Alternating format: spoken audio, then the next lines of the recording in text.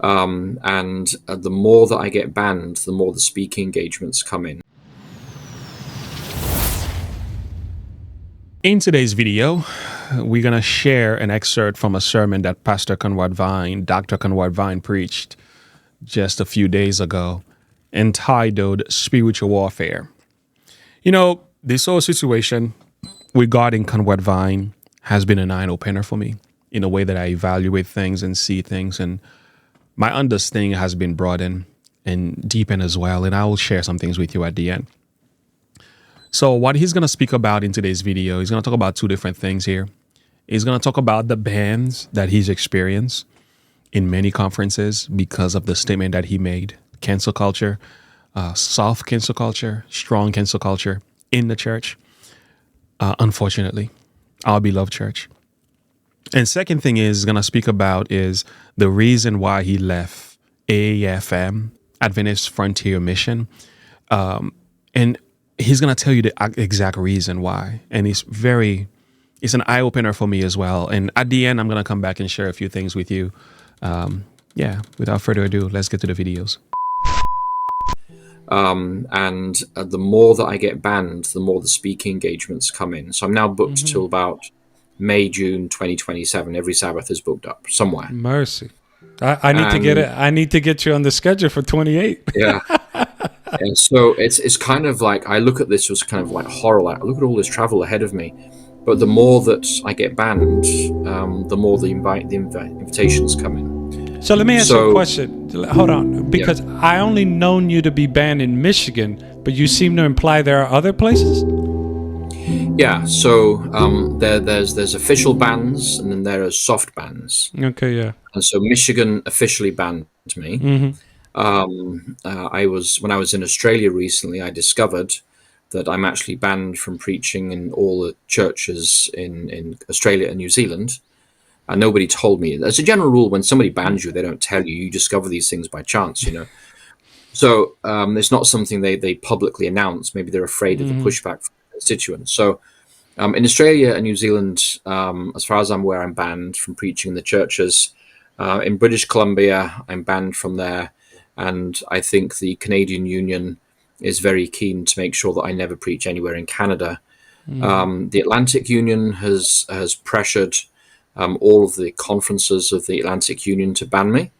And other than the Northern New England Conference, the Northern New England Conference has defended liberty of conscience in a very strenuous and vigorous way.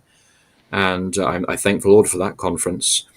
So those are the countries and the parts of the United North American Division where I'm facing bans so far.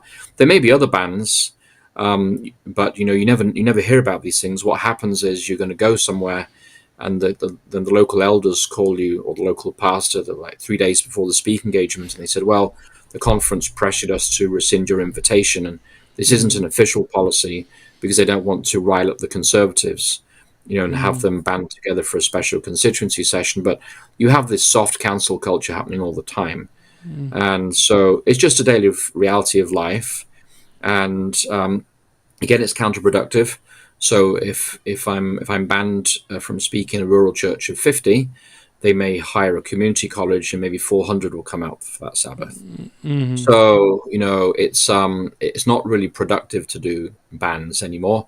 And with the internet, you can always bypass the bans.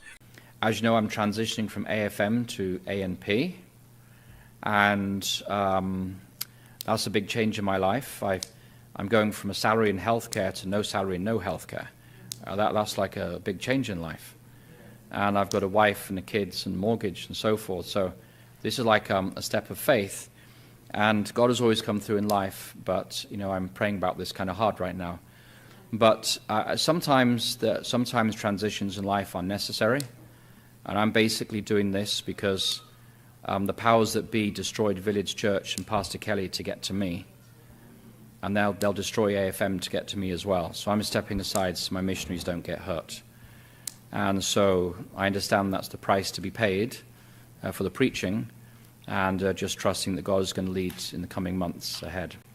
So it's called As a Needle to the Pole. I thought the book Education would be a good place to start. and it's an2p.org, an2p.org online. And I submitted my resignation last Sabbath night about midnight, and the board accepted it Sunday morning, and by 5 o'clock that afternoon it was up online. It was remarkably quick. But this has been in the works for at least 2.5 years, with a 501c3 behind it and stuff like that. But I've come to the conclusion that time is so short that I want my gifts to be used in the best way possible for God's kingdom. And I can do administration or I can do preaching. They can hire another administrator, but there's not many preachers willing to preach just unadulterated truth, so I'm going to focus on that. And that's my contribution to end times. And that means a big loss, loss of sacrifice and so forth. But I think, given the seriousness of where we are in salvation history, we should all be asking ourselves, am I using my life, my energy, my gifts in the best way possible for God's cause? And that involves some of us making some hard decisions, as my wife and I have made recently. So thank you very much, everybody, and God bless. That situation with Dr. Conrad Vine is an eye-opener for me. Like I've said earlier, when the man speaks about the different ways he's being banned for saying things that, the institution of the church did not agree with. And I'm in no way saying that there weren't things said that could have been said better. I agree with that. But to say the censorship were okay, the degree of censorship happening is good in our church is kind of like heartbreaking. But also the way Pastor Ryan Kelly was dealt with, the Michigan conference and the Village SDA Church. I've documented all of this on my channel. It is a sad thing. Like, it's a heartbreak for me. Like I've said, I was disappointed and hurt by the way the church dealt with the situation. It wasn't just that situation. We can go back into Pestilence 19 and many others. There's been many things that our church didn't do right. And there have been a lot of things that they do right too. So I do see the good and the bads. But the way Conrad Vine has been dealt with, Ron Kelly, and everybody else who took a stand against them, it's not right. It's been like, it's not who we are. Like, I never expected this coming from our church. And take it from a man who is a defender of the institution. Like for those of you who watch my videos, I advocate for the organization. I believe in defending the function and purpose of the organization. And I still do. But on this situation, with the Michigan conference, they were wrong. It was just what they were wrong. The cancellation was outrageous. From many ministries went against the men in a way that they had over a statement that they did not agree with, rather than having an open conversation about some of the arguments that was being proposed. It was just like, we are much better than that, right? But the rude awakening for me shows that there is really a disconnect between the institution and the congregation. I've learned to realize that, and my understanding has been broadened about the significance to understand the difference between what the church is and what the church is not. So we can see the value and significance of the institution, but the institution doesn't always fulfill the purpose and mission of the church in the light of what God ideal actually is. So I will come back and make another video where I will address my previous understanding of the church based on some of the things that I've learned lately. But it's been a thing for me, But the Bible tells us the wheat and the tares are going to grow together until the harvest. The harvest is the end of the world. The reapers are the angels and everything. Like, seeing it happening is a whole nother ball game. When you read Revelation 12 verse 17, tells you the dragon is wroth with the woman, went to make war with the remnant of her seed, which keep the commandments of God and have the testimony of Jesus Christ. Like, when you seeing it happening in practice, it's like, whoa. And the sad reality is when it is being done by people you love and respect.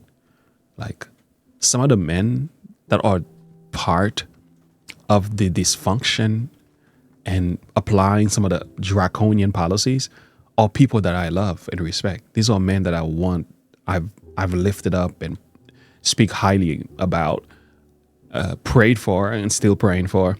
But when you see good men being used by the enemy to doing evil work. It's like, why you? I love you though, So, but unfortunately, there's some people that I don't think I could ever defend after what I've seen. You're probably not gonna see any videos of me defending certain individuals here. I have done videos in the past speaking positively about certain people, and I believe there's goodness in every man. I believe some of us we are flawed men, but when they take a bold and firm, unrepentant position about things that are very much unbiblical, even though there's overwhelming amount of evidence that there should be a change in the perspective, and it shows that many in leadership roles says we are adamant about our position. We will not change our thought. We're gonna remain on this course. We're gonna die on this hill.